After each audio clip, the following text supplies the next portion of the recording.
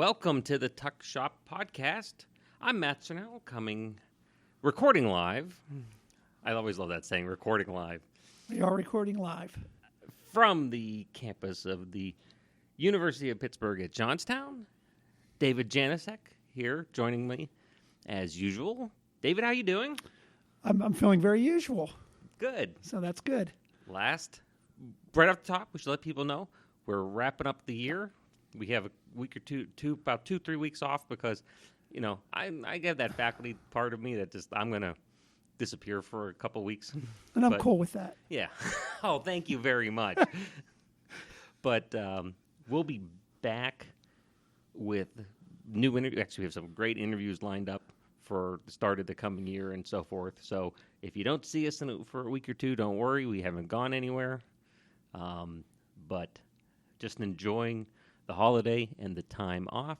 But before we sent everyone out to enjoy the season, we thought we'd take some time here and just kind of reflect on what 2023 had brought between not just the start of this show, which has been fantastic, and the folks that have reached out. Great. Thank you. Continue to do that. Continue to let us know what you think. When you see it on the social media, share it. Let your friends, let your family know. Getting feedback from folks who actually aren't alumni, just fans of the university or friends of the school, and say, "Hey, this is really neat." So, right. But some other neat things. So let's talk from the institutional advancement side first. Come to the 2023 stuff before we do some alumni things. I think probably some of the biggest or most interesting thing to talk about is that kickoff for that 5 the 5 per for month. 12. 5 for 12. Yeah, the 5 for 12. And I think, we talked about this before, and we're going to keep talking about it until we get some people into the 5 for 12 club. And it's pretty simple. I'm going to keep it out, real. The number 5, the number 4, and the number 12. And what we're looking for is, again, those foundation donors. Those donors are important to us as the larger donors. So we're looking for people that would give a minimum of $5 a month. So that's your 5. The 4 is the 4, obviously. And for 12 months, make a commitment for 12 months, and you'll see, excuse me, that giving back to your university doesn't hurt. It's not painful. You can do that through the website. But the idea is to get those. You think about it. If you did, $5 a month at a minimum over 12 months, that's $60 a year. The old. I'm not going to get into the old, simple math. But no, our accountant is not here. Right. We cannot do math. But a lot of 5s add up to a lot of 60s, and a lot of 60s add up to a lot of thousands, and a lot of thousands add up eventually to a lot of millions. But it gives a real good a feeling of commitment that there are people out there that maybe have never given because they've never been asked. Yeah. And it's something where it comes, can come right out of your checking account, savings account, whatever account every month. But it starts to build that, again, a foundation, a sustaining base for the university, and that's money that's used for scholarships, general upkeep, things that can go into departments. But it's a good, it's a good foundation that we're trying to build, and then in conjunction with the larger donors, it's just something that we haven't. I think Pitt, as a university, has not been. How can I say it? The tradition of asking everyone for $5 hasn't been as strong as looking for the big names. It's a new perspective, and I think that comes from a lot of different places, including certainly the president's office, having sat in meetings with all of you, talking about this. And that is the little thing. And it's hard because when you think university, especially university giving, and like you said, it is a different culture. And I grew up in this culture, so it's a little, but sometimes you feel almost overwhelmed. Like, what does my $5, $10, $50 mean when, that doesn't, I can't name a building. I can't buy a $100,000 piece of scientific machinery or something. But you're part of that, though. But you have that opportunity to designate that $5 a month, $10 a month, $15 a month, $100 a month to something we talked about before that made a difference in your life. What's $100 a month to, I'll put you on the spot, Matt. $100 a month, which is $1,200 a year. Yeah. I designate that to geography. Thank you. So what does $1,200 a month to geography mean? That could mean a lot. That could mean a lot when you're talking about things like being able to go to the state conference, being able to go to the national conference, being able to do research for papers, so our students can leave with that published byline as in an academic journal. It can mean things to help soil judging. Right, and if it's my $60 or my $100 a month, that's $1,200. Yeah. The fellow next to me gives $100 at Yep. $100 a month. That's $1,200. $1,200. $1,200. $1,200. $1,200. The old saying, do the math. Whether that's to geology, geography, political science, journalism. Yep. What if it goes to a sporting team? Well, that sports team may mean that's additional equipment, additional, invitational entries, things such as that. So it gives you that opportunity to say, this is where I want to designate my $5 a month, my $100, my $50 a month to a specific field, if you will.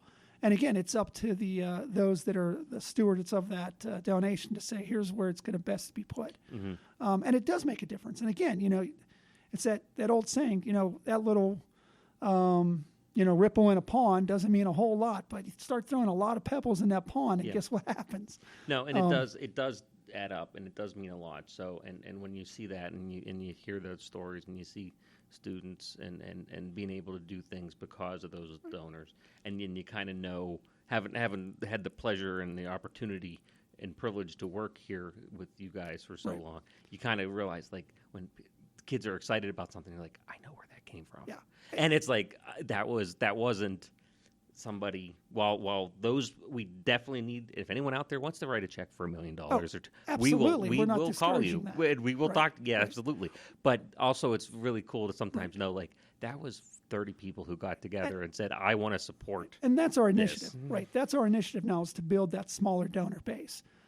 We've got large donors. You can walk around campus. You can see names on rooms, on buildings, on basketball courts. Yeah.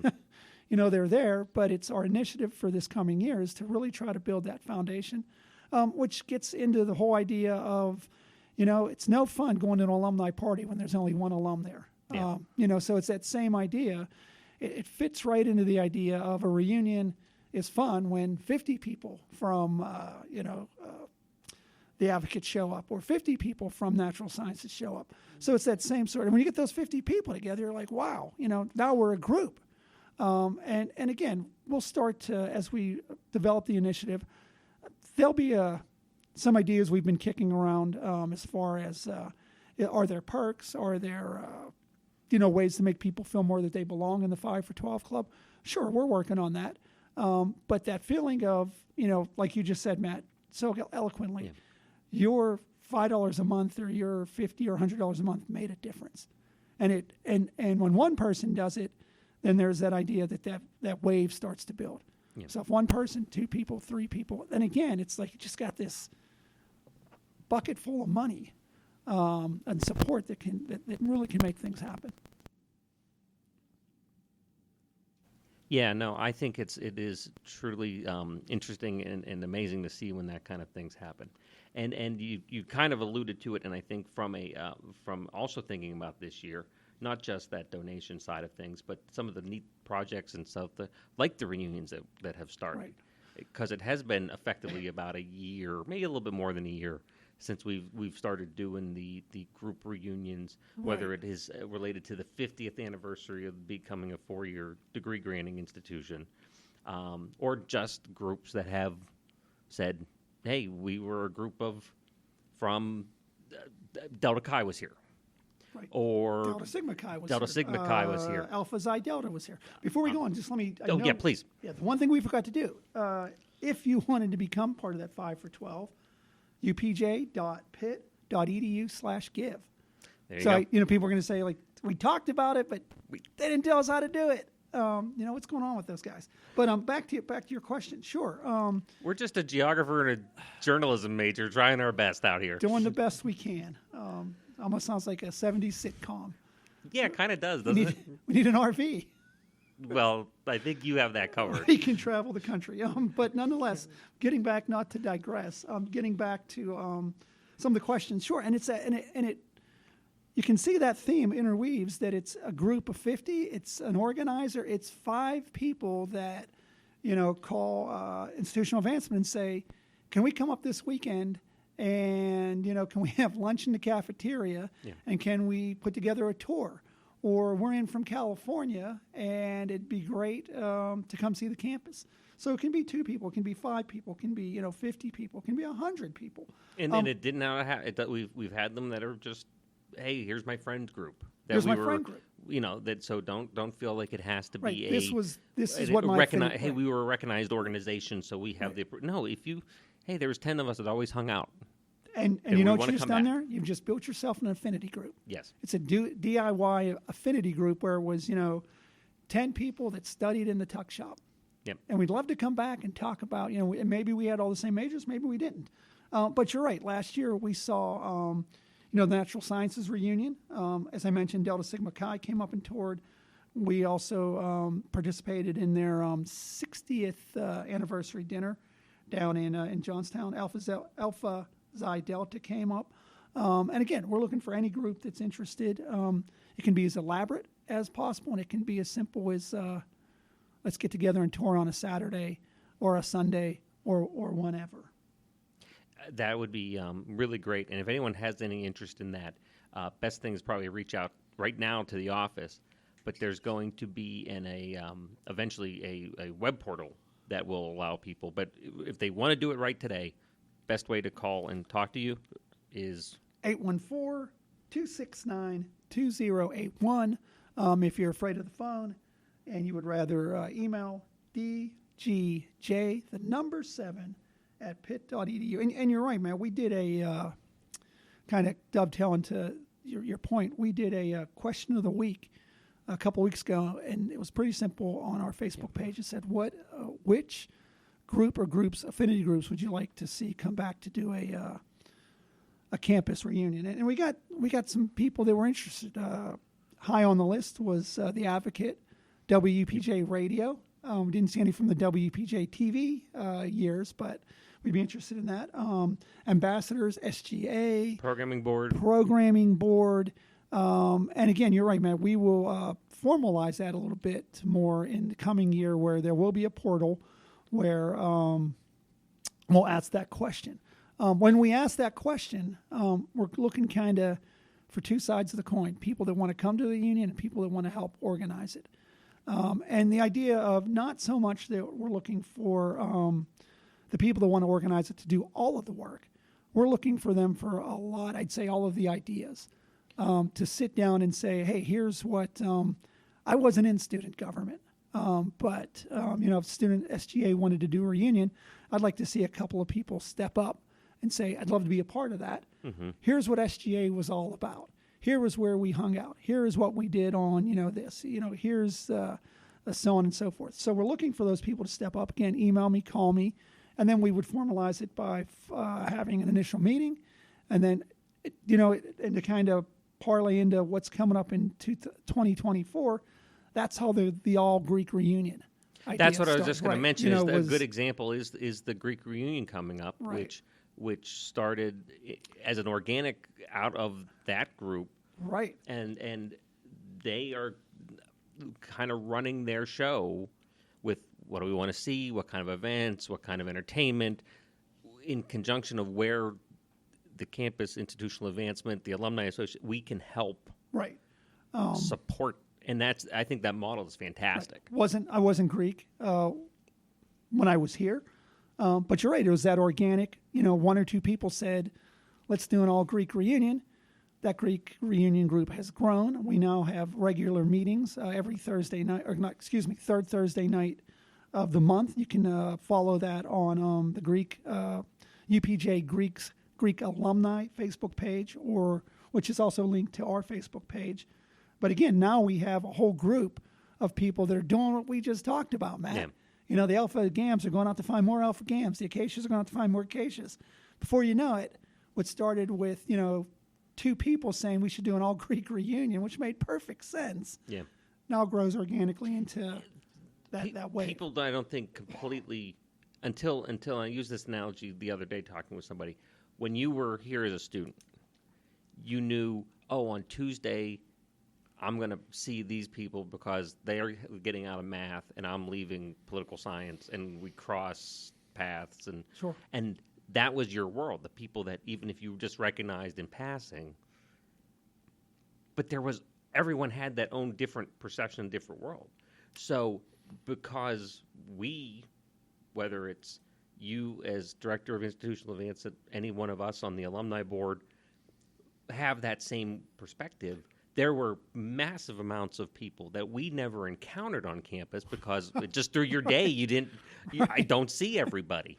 Right. You didn't see everybody. Right. But if you were part of that legacy group, you know everyone that you were a part of WPJ radio with. Right. For those 3 years you were there, or 4 years you were there, some people 5 years you were there. Or longer. I stole John Wozniak's joke. But, and you have that over, so you know. And you know, oh, I remember that person that was there when they were a senior and I started as a sophomore in the club. Right. And they remember the person when they were that freshman coming in that was a senior. And it naturally grows in a way that we can't do that. Correct. Just Correct. by putting out an email blast or a Right. Facebook post. Absolutely. And again, you know, we have the problem of database shrinkage. I'll use that term, that as people upon their lives move on, maybe they don't update their information, and maybe, you know, using on this example, Greeks know other Greeks. They still see that I may not have that complete information. And it's, you know, I just want to make a point before it pops back out of my head. But, you know, listening to the podcast we've done this year, one of the interesting questions I know that you always ask is, you know, advice to students. And it seems to me there's an intertwining answer about make the most out of your experience when you're here. Yeah. And if you've done that, this is a way to continue to relive that experience, because when you come back as a group, you're in fact reliving those experiences. And I would say even adding to it. Correct. It's the next chapter. Yeah. But it's based on that, whether it was 10 years ago, 20 years ago, 50 years ago, you know, whatever it was, you come back and say, you know, I remember this spot. And that's, if you've, you know, we talk about commuters. Commuters had that same experience. Yeah. You know, although they commuted, they belonged to, you know, affinity groups that you mentioned. And they hung out in the tuck shop. They hung out, right. And the commuter lounge. Yeah, I mean, in the commuter lounge. But they hung out in the tuck tuck shop. They, you know, they used the library. They had a major. But making the most of that time, we're kind of helping you extend that and go back to, wow, this is, you know, and I don't care if it was 5 years ago. There is some validity to, you know, we always think alum is when you're old. Yeah. You know, like I haven't been back for 20 years. No, I think it's 5 years, you know, 2 years, whatever.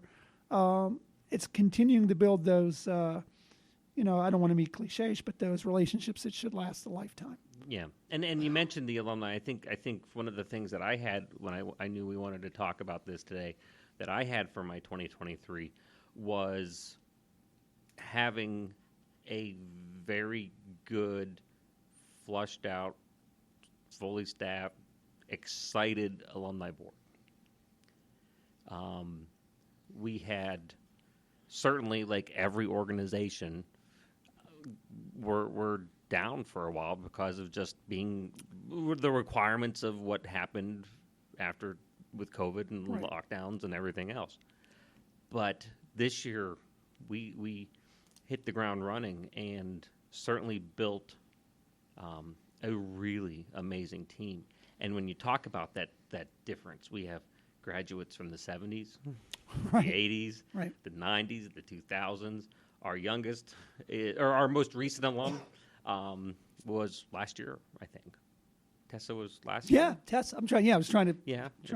do the math in my head. Which Yeah. is hard. So we range from 4 or 5 decades on the board, different experiences. We have folks who were part of the Greek life, the people who commuted, people who were humanities majors, accounting majors, Biology. biology. I mean, which it's We a have wide range, but educators. We have business owners. It's just such a wide, different group, and everyone comes in with that perspective. But even when our meetings can get animated, when we're it always comes from the place of how do we do things to help our alumni? How do we do things that are making things better for alumni, that welcome our new graduates into the alumni? And for me, that's very exciting to see that came in 2023, and I think it's going to continue to bore fruit in 2024 and beyond for everyone, including what everyone who's an alum, if your information has been updated. So if you're listening and haven't hit that the update page, which is again alumni.pitt.edu/update, to make sure you have the right contact information. But we will be putting out a survey to see if we were to arrange an alumni or homecoming, one of the, we're debating the name, weekend. It's going to be an alumni weekend, or what would alumni that? weekend What would you homecoming. like to see? What would you like to see? Music events, gatherings, broken down by division, broken down by social or club or activity groups, or any and all of the above. And actually, speaking of Tessa, she's been one of the folks in that committee steering that, and it's really very neat. So we should be getting feedback so we can understand. We spoke, and when John was here and we interviewed John Wozniak, that he talked about us helping to rebuild that type of event, because that does fall on us as the Alumni Association, and to get a feel for what people want to do, because everyone has a different perspective from that. Yeah, there's an interesting that, when you sit in that room with the Alumni Association in the varying years, there's a weird feeling that the numbers after your name, as far as your graduation, don't matter as much. No. Age doesn't matter as much. The animation isn't because of your generation just doesn't get our generation, because the underlying connector is UPJ, Pitt Johnstown, University of Pittsburgh Johnstown, whatever you called it, is the connection. So if somebody who graduated in 73 connects with somebody who graduated in 2003, that's the animation. They want the best. They want that experience to be a full experience. It's funny because I don't see any of us. It's kind of like we all graduated in the same year. It is truly. It's a weird kind of feeling. I actually very much enjoy it because you're 100% right. I don't see there's never disagreement necessarily by age or anything like that. Right. And I don't even say disagreement because, again, I want to stress it's everyone's thinking and coming up and so many good ideas for how we can continue to build and do good and do outreach and stuff. So it's that flow you get of having a gluttony of passion. Right. But for it is UPJ. Exactly. Right. But it is kind of fun to watch that it almost is by legacy groups. It is, but in those but in the fun way. It's like a social scientist. I don't know if we trust you natural science people because and vice versa. Well, that's not a real science, or and none of us talk to David. But I don't listen. That's true. It's but it's not even. And I don't want anyone to have the impression that it's a negative thing. It's actually fun because it's passion that builds stuff. And that passion it's interesting. That passion was what was Chasers for you became the Mountain Cat Club for me, which became wherever the tuck shop. There's that. We all have what it was for us when we were here. Yeah. So there's that. That's where that passion, no matter what it is, there's still this, I want to say, passion or a defense in what UPJ means to me, which again, on the big picture, it all kind of means the same thing. Yes. And I know I'm kind of, believe it or not, a loss for like how to sum it up into a word. And I think this show has been a perfect example how we've had 5 or 6 alumni through already that tell a very different story about their perception of UPJ, but at the same time, it's the same thing. It is. It's that what makes us, it's in times of trouble, find out what makes you the same. Yeah. And the obvious, what makes us the same? Yeah. We all spent time here. Exactly. We all, in some way, where there was, I never understood engineers, but engineers never understood me. I was humanities, but we all spent time here. We all fought, on the same mud volleyball engineering court. roommates. Absolutely. But so you lived it life. Engineers and humanities, played mud volleyball together, or went to Midnight Madness or March Madness, or so there's that, and you did it here. Yes, and that's the same, and that's what we're seeing, and it was such a fun year working with the alumni for that, because it truly having that. If anyone's ever worked in a group or a situation where you volunteered and you have just a group that just sits there. It's not fun. You don't get anything. No. We absolutely don't sit there. Not box checkers. No, absolutely not. So that was a real great win for me for 2023. And frankly, this show too. I talked about how this was an idea and a passion project of mine, and I was very grateful that you take your time to talk to us. And might I mention that with that alumni board, that executive board, I think we have one position open. So, if you're out there and you're listening, we're working on some bylaw changes so that we can nominate people quicker and some changes. But if it's something that, and again, you know what? We've got members from, the greater Johnstown area, the greater Cambria area, Pittsburgh, Texas. So it doesn't mean like, well, wait a second, I'm in wherever. What did COVID teach us? And I think, too, the bigger thing that a lot of people tend not to think of is, I don't know if I have the time, or I don't know if I have the certainly, I think everyone who's listening has the ability. I think anyone has the ability. If you have that passion, you have the ability to do it. But certainly the time commitment people get worried about. While you don't necessarily have to be on the full board, we have members who are... Right. We actually don't even have a real name for them, but it's folks who say, and I'm gonna call out Rob, a fellow alum, geography fan. He's more than a fan; he was a major. Yeah, that's true. But he has a amazing passion for the golf tournament. We do. He has amazing passion for this place. For this, but he wants, and he's like, I'm not sure I have time to sit on the whole board, and so, but let me help. And he sits on the golf committee. And he will be our representative to Oakland, actually. Yes, and puts his time and his effort in where he can. Right. So if it's something like, I want to be part of the alumni weekend, but I don't necessarily want to sit at the room for the full meetings. No, you can absolutely volunteer that way, and that's just volunteer. And we absolutely would love to have people do that. But it's been a really, really great year from that standpoint for the alumni, I believe. I would not find an argument here. 2024, I think, is going to be even better. Some of the things right off the top, because I was here early helping Lori with some stuff for Pit Day of Giving. Our Pit Day of Giving coming up at the end of February.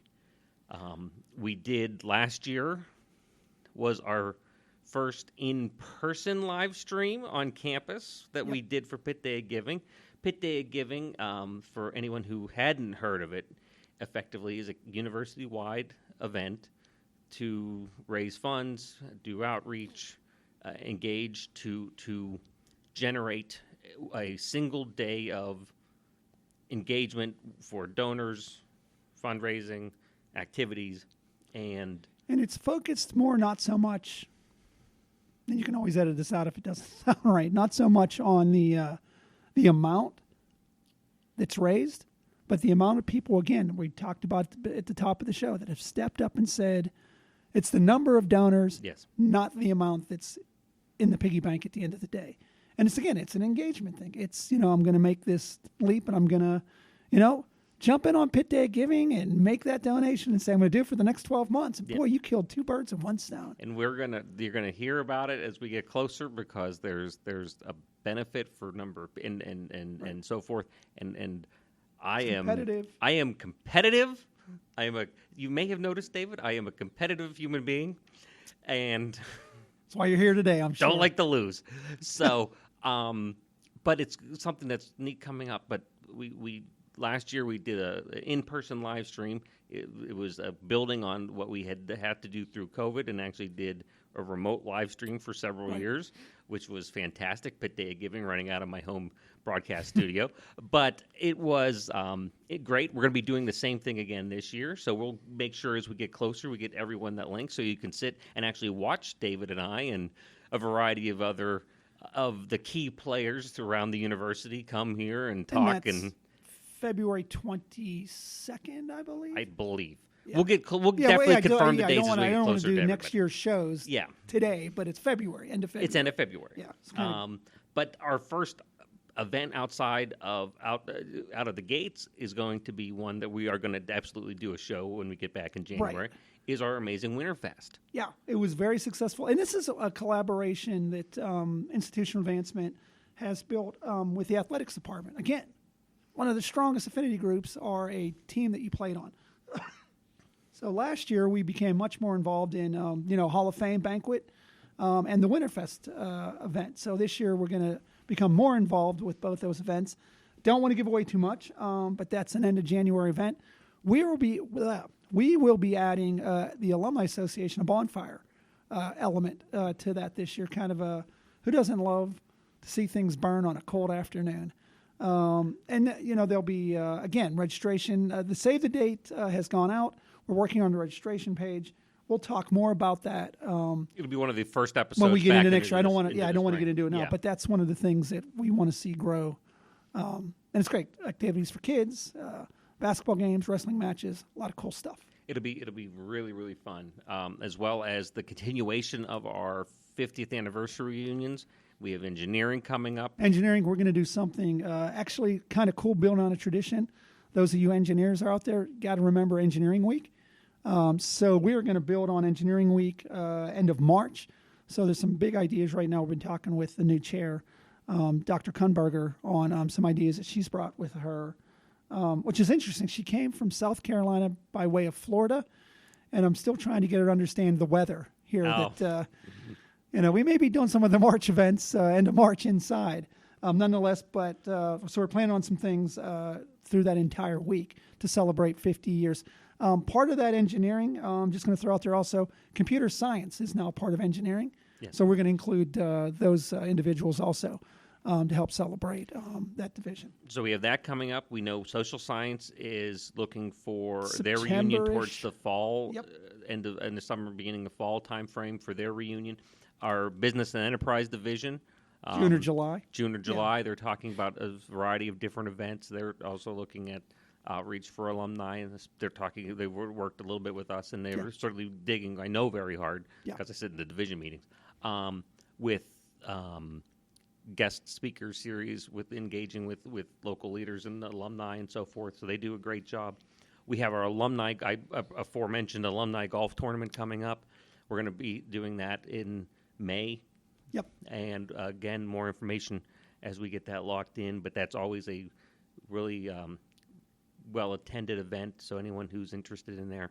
And a lot of these things, understand, when we do them, are either at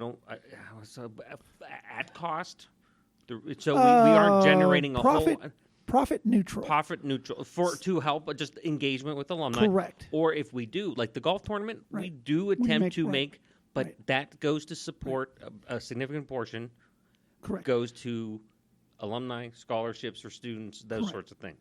Yeah. So the engagement events are what we like to call profit neutral. We want to engage people. We want to get them out here. So, if an entry fee or registration fee is $10, that $10 is going to food, refreshments, giveaways, an item or whatever, so on and so forth. Those reunions type events are not fundraisers. You're right, though. Things like the golf outing, those are fundraisers, sort of thing. So there's a difference here. We want to engage. We want to get you out here. But it is looking like a pretty full 2024 already, and that's just the stuff that we have on the plate at this point. I'm sure that we're going to have a lot more as well. Just wanted, before we hurry out of here to end the year, just wanted to talk about two quick things. So again, this February we will be bringing back the Mountain Cat Couples feature. Okay. So that was kind of popular last year. I'm not going to get into that too much, but also in my head, kind of kicking around an idea that involves Whaley Chapel, Wally Chapel. Yeah. Wally Chapel and those that have been bethrown here. So some ideas are kicking around there. Also, just want to, before we get out of here, check out our Facebook page, check out our LinkedIn. You'll see on Facebook page, we do a business of the week. We do a fun fact. We do a throwback. If you've got a fun fact that you want to see on there, send it my way. If you've got a photograph within the taste that we can post onto Facebook and there's a story behind it that's a throwback, send it to me. We'd love to get it. I would even go as far as to say that every Wednesday we post excuse me, a little something about the podcast. If there's someone of you out there that thinks it's just going to be a fascinating guest, even if it's yourself, let us know. We can do this, live in studio or live via we can connect phone remotely. Or computer or whatever. So, be a part of what the alum have here. It's not Matt and I and institutional advancement staff and the board sitting here, in some tower saying, here's what we shall do. Give us ideas. Speak up. Be part of it. You talked about the legacy reunions. Every one of those ideas came from a post online. Right. Exactly. And a group saying, hey, we have this is my legacy. People that had this class at this time, and we want to get together and have the class again. Yep. Well, let's do it. Great. Yeah, just wanted to get all that out of me there before we got out of here. Well, I didn't want you to have to. I saw you. I didn't want you to have to hold that in while you were, all through the Christmas break. Christmas break. What's on your sitting mind? Sitting there Christmas morning, shaking why because you were so excited to say something. Right. Exactly. But and I want to thank Matt for this idea with the podcast was something that we came up with. He came up with. About a month ago, 2 months ago. It dawned on me while I was basically in the hospital, and we never really got. I was waiting until I could actually breathe enough to. Yeah. But it's another way for us to reach out. And it's a really fun thing, and I'm very grateful to be able to do this and to be able to hear and come and spend my time on this campus and work with you, work with Lori, work with everyone here in both my divisions and in the administration and stuff. So, and it's from this end that you're a great asset as well as a very active board. Yeah. It's appreciative from the university and from the institutional advancement department for sure.